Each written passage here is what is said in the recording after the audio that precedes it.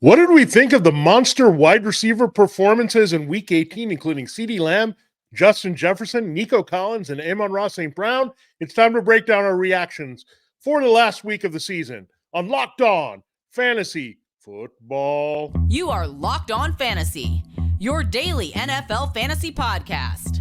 Part of the Locked On Podcast Network, your team every day.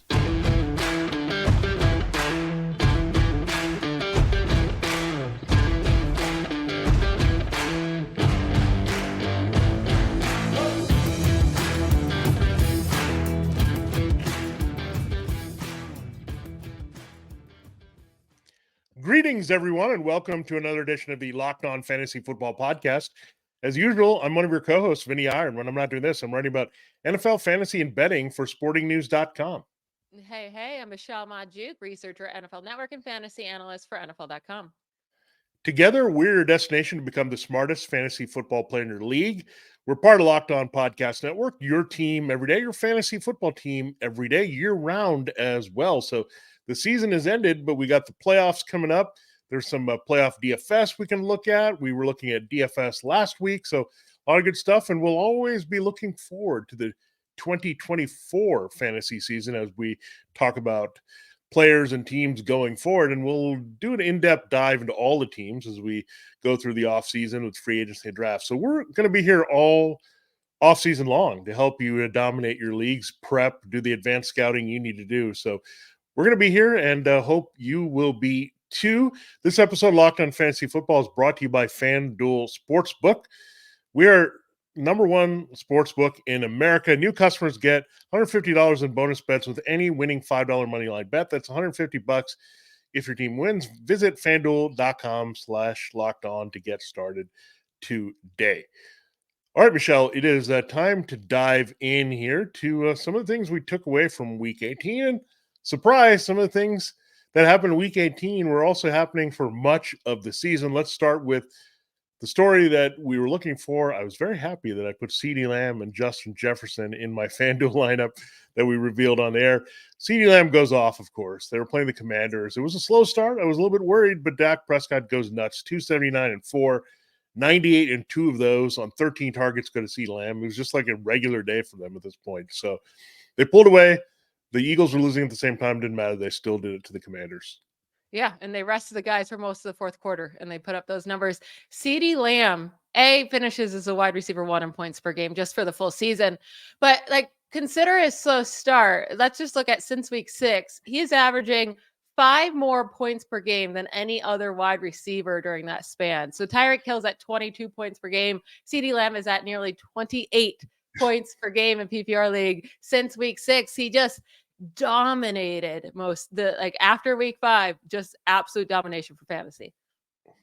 Yeah, I mean, Tyreek Hill was the story for a lot of the season, but CeeDee Lamb just exploded reality-wise, fantasy-wise, whatever you want to look at it. I mean, CeeDee Lamb, arguably right there with Dak with a case for MVP on his own team, just based on how much throwing to him has really made this Cowboys offense explode. The team rolled down the stretch, right? They ended up winning the NFC East because of this offense getting hot. So, look, the question is now, there's two things. I mean, Dak, I guess, is in the NFL MVP conversation with Lamar Jackson and other people. But are you going to trust CeeDee Lamb right now? He finished first. Are you going to trust him there as the number one wide receiver off the board? In which case, he'd be in the running for potential first pick overall on the board if you're looking at PPR. Yeah, I think it'll be hard to go with anyone but Christian McCaffrey at 101 next year. But when looking at wide receiver, he's going to be right in that conversation with Justin Jefferson, with Tyreek Hill. And I think it's fair if someone wants to take him first. Of course, we have a whole offseason. We'll see what they add. Maybe they draft a guy in the first round. But right now, CeeDee Lamb is looking like a top 5 pick for next year. I mean, when we're talking about top 5 picks, though, for wide receiver position, Amon-Ra St. Brown and Justin Jefferson, they both go off and have huge games in the final week of the season against each other in the same game. Jefferson puts up an absurd 192 receiving yards and a touchdown. St. Brown has 144 yards and a touchdown. Justin Jefferson finishes as the wide receiver 5 in points per game on the season. St. Brown, wide receiver 4 in points per game this season. And St. Brown is one of just 3 wide receivers with 1,500 plus receiving yards this year with Tyjae Hill and CeeDee Lamb. So obviously Justin Jefferson, as long as he has Kirk Cousins back or a solid quarterback, he's going to be drafted highly. But what about Amon-Ra St. Brown? How high is too high to draft him in 2024? Yeah, I might look at it this way. I'll say CeeDee Lamb. I don't think anything's going to change with him right now with Dak Prescott, right? With the Vikings, they could be moving on from Kirk Cousins, so we'll see.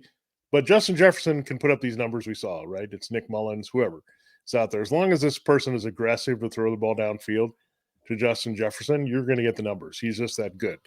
So I think you go in that order, but it might be just Amon-Ra St. Brown next, and everyone else we're going to just battle for it, right? A.J. Brown was a little bit up and down. Tyreek Hill was awesome, but he's getting a little older as we go in with each year, and he adds a little bit of wear and tear. These guys are all in their prime, right? I mean, CeeDee Lamb, Jefferson, and Amon-Ra St. Brown are just getting started. These are their elite years. And we've seen, look, Justin Jefferson not gotten hurt. I mean, it's a slight deviation. We all had him at the number 1 wide receiver, but look, he got hurt a little bit. That slowed him down. And then remember, it took him a few games to get going, right? So if he had been there, then he might have been right up there. I think just CeeDee Lamb, we were just down on the Cowboys offense. I think Amon-Ra, I think a lot of people had maybe the back end of the first round, depending on the format. But I think these 3 are the receivers everyone's going to target early in drafts next year for sure, no matter how you look at it. Now, I will say another guy that might be in the conversation, maybe not that high, but definitely wide receiver 1, where it's going to end up this year. Nico Collins, he goes nuts. 9 catches, 195 yards, and a TD. The one thing that might give you pause is, okay, they have another guy too in Tank Dell that can be explosive. Maybe you have room for 2 top 12 guys, and maybe this becomes a version of the 49ers offense part 2, which it already is with Debo and Brandon Ayuk, and we can support both these guys. But again, Nico, the arrow's pointing way up with CJ Stroud as a quarterback. Yeah, Nico Collins is so interesting because he had so many massive games, a lot of down games as well. Inconsistent because it was either Tank Dell or Nico Collins or Dalton Schultz game, right? With some games having both of them go off. But Tank, like you said, should be back and fine for next year. Do they draft another wide receiver? I mean, I know Nico Collins had a great year, but he's still Nico Collins, right? Are you worried? Do you take a guy earlier to give CJ Stroud even more weapons? But 195 of Stroud's 264 yards went to Nico Collins in this game. Also, a big thing looking at the 2024 fantasy season for both Stroud and Nico Collins is, do they keep offensive coordinator Bobby Slowick, or does he get taken away for a head coaching job? Yeah. Now, that will be huge because changing offensive coordinators would make me nervous for anybody, let alone Stroud going into his second season. So we'll have to keep an eye on that. But yeah, Collins might be drafted too early for me to take that risk next year, but it'll be interesting to see how high he goes. Yeah, the one thing about like Lamb that I have to say is, like, I'm not sure the Cowboys are going to invest in another receiver, right? And they seem okay with that, right? They're just going to plug in guys, Brand Cooks, complementary players. I mean, I know Jefferson is Jordan Addison, but I think, as we've noticed, Addison makes Jefferson better, Jefferson makes Addison better, and then you'll have TJ Hawkinson back in the mix. So there's all that to consider, but the Vikings are also past first team. That's the way they're going to be going forward with Kevin O'Connell, no matter if it's Kirk Cousins or someone else. But I feel like the Vikings might draft a quarterback. Maybe it's one of the quarterbacks playing tonight in the championship game. But I feel like that could actually help, right? A guy that can come in and just lets it fly to these guys. We saw that with CJ Stroud and Nico Collins here. So I'm really excited. I mean, there's a lot of bright future wide receiver. And this tells you again that, look, if you took McCaffrey, you were happy, but any other way you went at running back, you were going to be disappointed. If you'd taken any of these top wide receivers, there was a little bit of deviation, but you still got what you were looking for in the end. So something to look at overall that we're considering. Now, in our next segment, we'll talk about another quarterback who broke out, who's going to continue on the playoffs like Stroud, as well as some running back situations we're monitoring in Pittsburgh and Tennessee at this point. Before we do that, we got to hear from another of our fine sponsors. This episode of Locked On Fantasy Football is brought to you by LinkedIn Jobs. It is a new year. And look, we know NFL teams are hiring in a lot of places, but every small business is also trying to find the right combination, the leadership, and beyond there to help their small business thrive. And I'm sure as a small business owner, you're asking yourself this question: what's the one move I can make that I can take my next business to the next level in 2024? LinkedIn Jobs knows that your business all depends on its success, on the team that you surround yourself with. That's why LinkedIn Jobs has created the tools to help find the right professionals for your team faster and for free. LinkedIn just isn't another job board.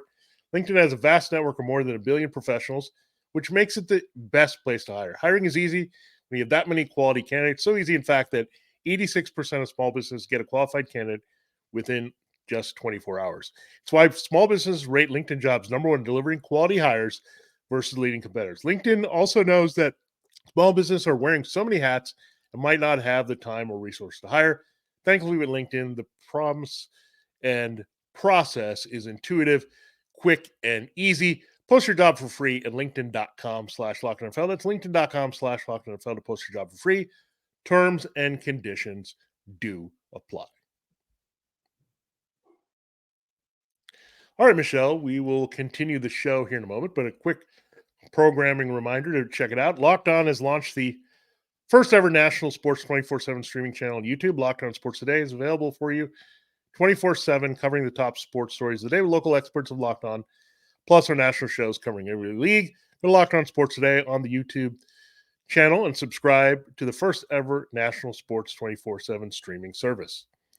All right, Michelle. All right, let's look at this. Jordan Love, another guy that was high on as a sleeper QB1. He ends the season in style here, takes down the Bears. The Packers are going on the playoffs to play Dak Prescott and the Cowboys. So that should be an interesting game that you want to be attached to here in Fantasy Daily for sure this weekend. Now, looking at it, Jaden Reed banged up, couldn't play, right? That was a little bit of a bummer in this final game, but Jordan Love definitely, I think, is in the QB1 conversation and maybe that middle tier. But where are you going to go and what you're going to think about with his wide receivers? Because it was all over the place this season. It kind of had a little bit of Romeo Doubs and a little bit of Christian Watson. Then they got hurt. Doubs ended up season hurt. A little Dontavian Wicks. Then Jaden Reed showed up. So I'm not quite sure what to do, how I want to pick these Packers pass catchers, not just in the playoffs, but maybe next year. Yeah, so Love has finished the season on a really big high. Like you said, quarterback 6 in points per game over the year, second most passing touchdowns in the NFL behind only Dak Prescott. And it's not like his passing touchdown percent is too crazy high. It's sitting at 5.5. Like that's a very reasonable percentage of passing touchdowns per pass attempt that you don't have to think that's going to regress or decline. And he's been passing to all these super, super young guys. All but one of his passing touchdowns went to a first or second year player. 31 passing touchdowns to such players is the most in a single season in the common draft era. So since 1967. And these players are going to get more experience or they're going to sign vets or draft more guys early on. Like he's only going to get better, you would think. And Jaden Reed actually did end up playing in week 18. He was doubtful and then he played with the chest injury and he had a career day.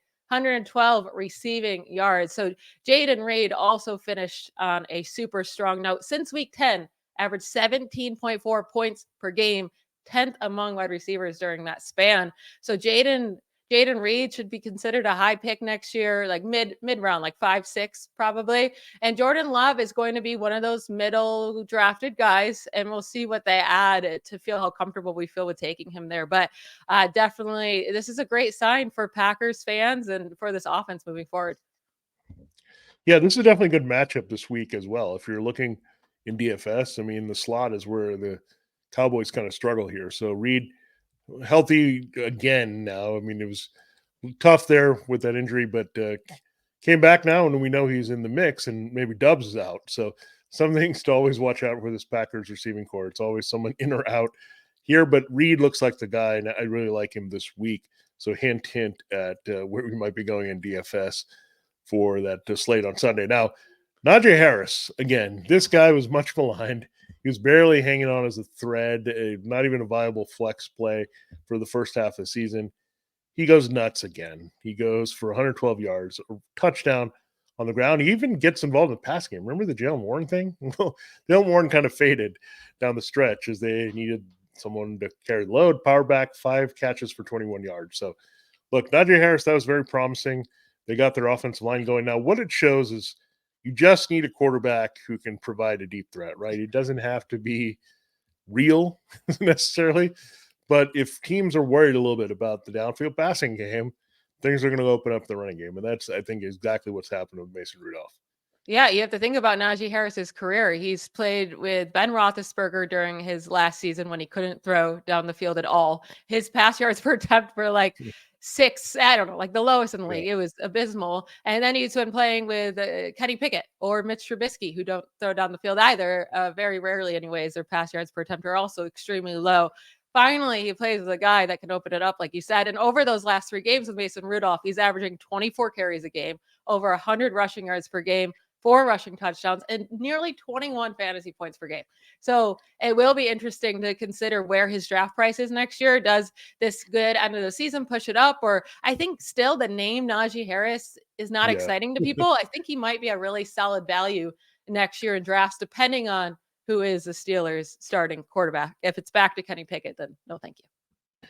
Well, it depends, right? If they get an offense that's going to say we're dedicated to throw the ball downfield to George Pickens, or they make another move to upgrade their offensive line, right? That could be something we're looking at to see. So there's some variables at play, right? I'm not sure Mason Rudolph is going to be the future. He wasn't really the present.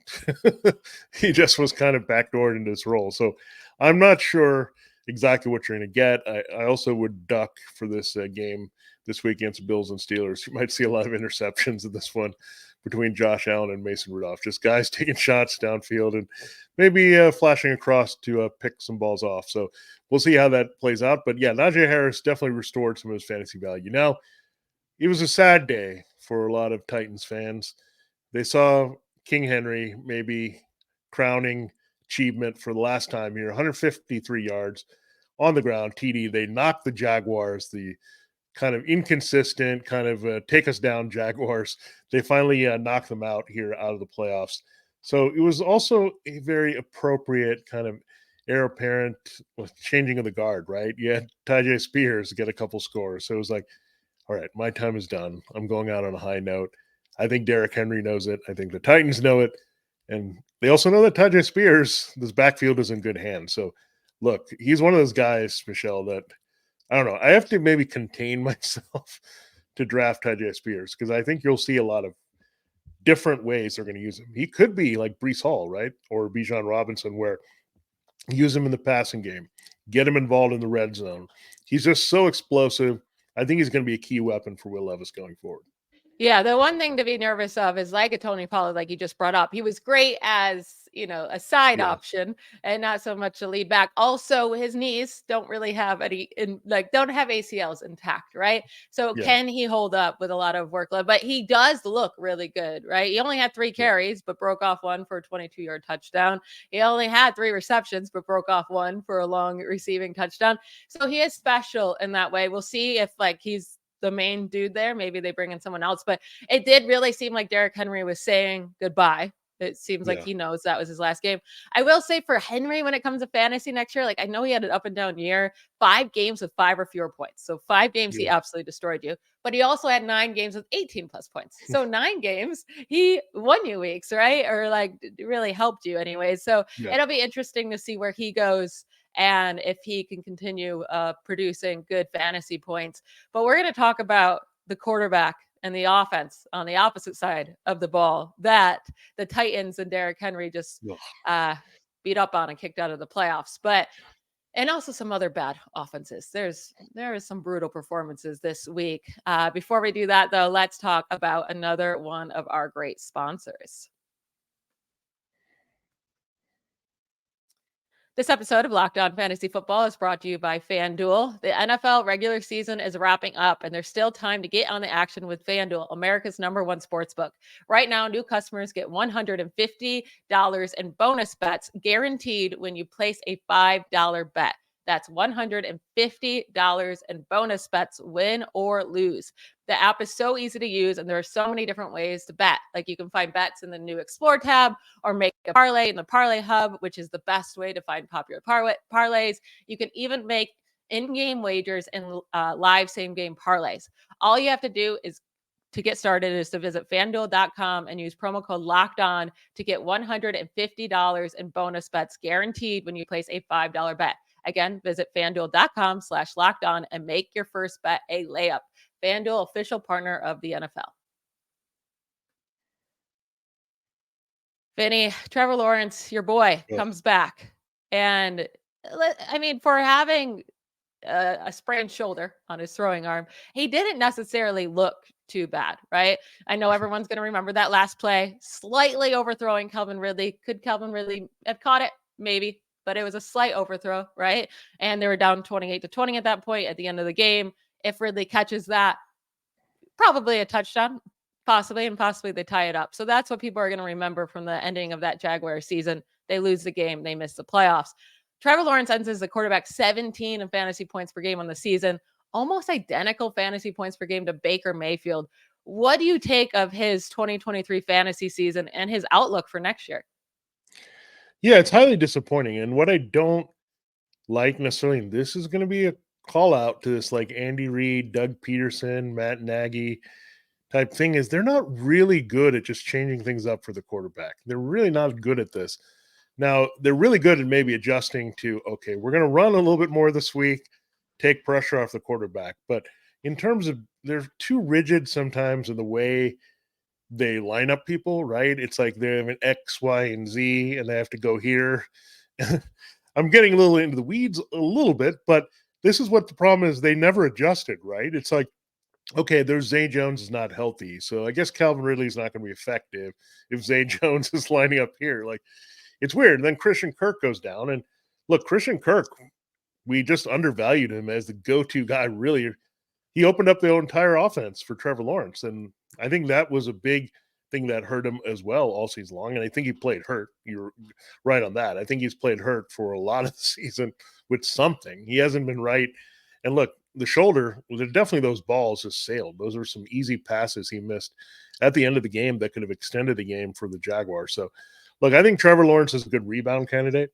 He'll probably be available cheaper next year. And keep in mind this, Michelle, Calvin Ridley is a free agent. So they're going to have to maybe find some changes here. I think the offensive line could also use a little bit of an upgrade, especially at guard, maybe mix things up on the right side. So there's some things that they have to fundamentally correct. They can't be all about Evan Ingram and Christian Kirk and not use Travis Etienne, right? That's another thing they could have done. Use Etienne, get him to run after the catch and do some things. So I'll say when you look at the Chiefs cut type of system that's spread everywhere, it's very solid if all the pieces are in place and there's like a flow to the offense. But I think a 49ers-like system was a little bit better kind of adjusting to that, right? If they had that in place, maybe they would have turned Etienne into more of like a Christian McCaffrey, helped your quarterback that way. But that didn't quite happen here. So look, there's a lot of things they need to go to the drawing board. But I think it was a bad year, not just for Lawrence, but for Peterson and Press Taylor. They got to go back to the drawing board and figure this out. So I think that's a lot of it as well. Now, we have to add an extra bad offense that we saw was Tua Tagovailoa. I mean, look, Mike McDaniel, there's no question he's a great offensive coach, but I think they need some more receiving help. I mean, I saw it. I mean, Cedric Wilson is not that good. When Jalen Waddle's out, then just double team Tyreek Hill, take him out. Durham Smythe isn't going to do nothing at tight end. It's very easy to defend this team. It's either you stop the run. If you can't stop the run, then just make sure Tyreek Hill doesn't beat you. So I think what they're missing that the 49ers have that McDaniel should look for, get some more versatility in that offense. You need a couple more weapons in there, like a Kittle, or get that pass catching going with Machan. So I think that's what hurts. They're so, again, rigid in their system, and if something throws it off, you see what happens to Tua. Yeah, I mean, another game where he struggles versus a good team. It's like he only had good games this year against really bad defenses and teams overall, but also just he ends as the quarterback 21 in points per game among quarterbacks this year. Almost identical points per game as Geno Smith. That's just inexcusable, especially with how hot he started. But when you consider how rough he's been on the road as well, like you can't go into next season being like, oh, well, our road games, unless we're playing a super easy team, we're not going to perform very well. Like you got to pick that up. And now with that loss, they have to go to Kansas City, play in negative degree weather instead of just getting to play at home. and in the warmth, and it's going to be a hard game for them on the road against the Chiefs. I mean, the Chiefs are also inconsistent this year, so maybe they struggle on offense too. But you're right with the weapons. They need to get more weapons. Jalen Waddle, I'm almost positive, did not get hurt in a single game this year. There was never a game I watched the Dolphins that Jalen Waddle didn't suffer an injury and had to miss at least a couple plays, right? He normally came back in. Oh, but always it looked like a very, very dramatic injury. It looked like he was going to be out for the year every week. And then he would come back in. But then obviously he's had to miss time now at the end of the year. But Jalen Waddle cannot be trusted to stay healthy for a full year, let alone a couple games at a time. So they need to get him more weapons instead of just Tyreek Hill. And then let's talk about the Eagles offense. Also, I just can't believe what happened in this game. So the Eagles get down 24-0 against the Giants in the second quarter. So they end up benching Jalen Hurts because there was no point of keeping him in. But that was after Hurts already dislocated his middle finger on his throwing hand. It looked like a terrible broken finger, but it just dislocated. So that's good. AJ Brown gets a knee injury, to be determined on what that is. Devontae Smith already missed week 18 with an ankle injury. This offense is hurting badly, and they've lost 6 of their last 7 games, and they've scored fewer than 20 points in 5 of the last 7 games. Like, does this offense get back on track at all during the playoffs, or are they just done for this year? Yeah, I don't know. I mean, the Buccaneers, they are a favorable matchup when you look at the secondary, but what are the Buccaneers going to do? They're going to take away the run. They're a very stout run defense, so the Eagles can't lean on that, and that's been a problem, right? They haven't got the running game going to set up the downfield throws, and Jalen Hurts is not fully healthy to push the ball downfield. And really, they rely on just, some flashy big plays that may not be there if A.J. Brown is not at 100%. So this is not looking good for them to stick around in the playoffs. I mean, the Buccaneers are solid, and Mike Evans and Chris Godwin are definitely tough matchups for the secondary. So when you look at it, the Eagles – this is one of the more disappointing teams. I know Jalen Hurts, with all those, whatever you want to call them, the brotherly shoves, they got those points, right? That's basically how Jalen Hurts saved himself this season, like all the little short rushing touchdowns. But if he didn't have those, it would not have been a great year. And I think the same goes for Josh Allen. I mean, they're lucky. It's part of their game, and that's why you draft them in fantasy, that they do that. But when you peel back and say that, did Jalen Hurts execute as well or play as well as he did last year? Absolutely not. I mean, he was an MVP, runner-up, didn't play at that level at all. And I think part of it, he was playing hurt, right? Again, he got hit early in the season, was a little bit tentative run. Then the hits piled up. Offensive line got a little banged up as well along the way. So, look, it was just a lot of things. And then another team that might need to expand, right? Dallas Goedert can't just show up for a few games. They need a third wide receiver, right? They can't just have 2 wide receivers. You need to be a little bit more multiple. And again, it comes back to like having that George Kittle type that we know that these teams don't have, like a field stretching big play guy, whether he's a tight end or a wide receiver with some size. So we'll see. But I just don't love their chances. I'm going to fade a lot of Eagles this week if I'm going to look at anyone against the Buccaneers. Now, Michelle, you had to stay up really late last night. It happened, I think, after the game. I don't even know. Was it 1 a.m. or something Eastern time? Might have been. Arthur Smith. I knew he was gone ever since he carped about Dennis Allen scoring, and then Jameis Winston said, no, we wanted to score with Jamal Williams because Jamal Williams had 0 touchdowns after having a gazillion last year, something like that. But I knew as soon as he had that fight on the field, he was done. Like, this is it. He just said, I'm going to go out looking like whatever, and that's what happened. It's a big deal because, look, 7-10, 7-10, 7-10. That's how they finish. Offense disappoints every single year. Now they can finally get a franchise quarterback that's going to unlock all these weapons. I think it's going to be fantastic. So I'm excited. I'm excited about the Falcons' possibilities with Bijan Robinson, Kyle Pitts, and Drake London finally with a new coach. Yeah, I mean, it was the best thing to happen for fantasy that the Falcons lost this game, and not just lost, like got demolished. And because if they lost a close game, I don't know if they would have fired him, but because they lost so badly, and it was just, you knew he had to go, and he knew he was going. Like you said, once he started that fight with Dennis Allen, like he was just frustrated and knew his job was over.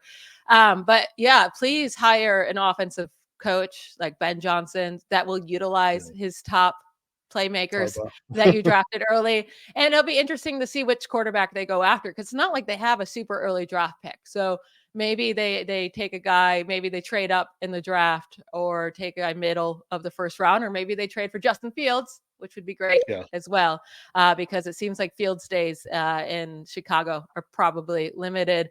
But yeah, we're going to have an exciting off season with all these coaching changes, with quarterbacks moving around, with an amazing draft class. It should be a really fun off season.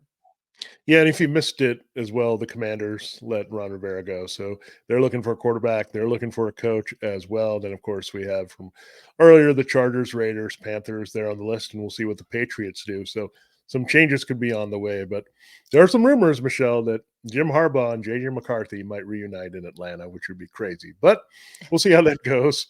And then obviously we'd be all in on the Falcons if that happened in fantasy and offensive wise and wherever else we could get them. Now, there were some injuries, of course, that we're going to monitor. We mentioned A.J. Brown and Jalen Hurts. On the defensive side, T.J. Watt is a little bit of a concern this week. And then offensively, Sam Laporta is the big one. I don't think we're going to have him against the Rams. And this is a huge loss, Michelle, because this is going to be a shootout. The over-under already, by the way, if you're going to invest in games, is above 50 in this one for the Rams-Lions on Sunday night. So you take out Sam Laporta, the Rams, not a very good tight end coverage team. So I think this is hurting the Lions' chances in this game, but also where do they go? Do they adjust to more Jameson Williams? I don't know. I think you take your shot with Williams. He's the big play guy. Maybe that's the pivot here. But yeah, Laporta, really sad after a record-setting tight end year. Yeah, what's really good for fantasy though is that this shouldn't affect next year at all. I mean, it looked like a Yeah. really gross injury, right? His knee like went the Yeah. wrong way. But it ended up being just a hyperextension, so a couple week injury instead of it being an ACL or some other ligament tear. That's huge, right? He'll be completely fine for next year in terms of this injury. So we can take a sigh, a breath of relief there, because I was super worried that maybe he wouldn't be ready to go for next year, but it seems to be he avoided the massive injury.